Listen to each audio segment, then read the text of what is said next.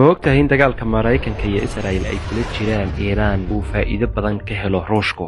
Hadda colaadan waxaa dunida kaga baxa balaayiin dollar.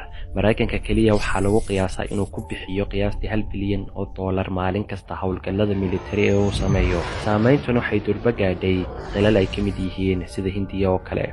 Qiimaha shidaalka iyo saliidda ayaa kor u dhaafay $100 halkii foosto. Silsiladda sahayda supply chains ayaa khalkhal galay.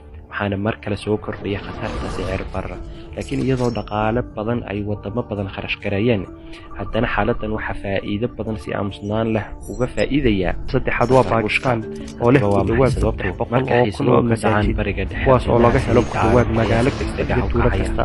Xaalinta labaad waa dalka Hindiya inkastoo ay tahay dal Hindu u badan yihiin dana waxa lagu qiyaasaa inay leedahay in u dhaxaysa 300 oo kun ilaa 500 oo kun oo masaajid taas oo ka dhigaysa dal aan muslim ahayn ee ugu masaajidada badan adduunka.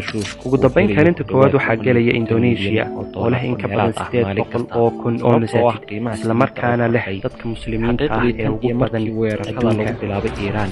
falanqeeyayaashu waxay sheegayaan in Ruushku laga yaabo inuu durba kasbaday ku dhawaad 7 bilyan oo dakhli dheeraad ah oo ka yimid shidaalka dabiiciga ah.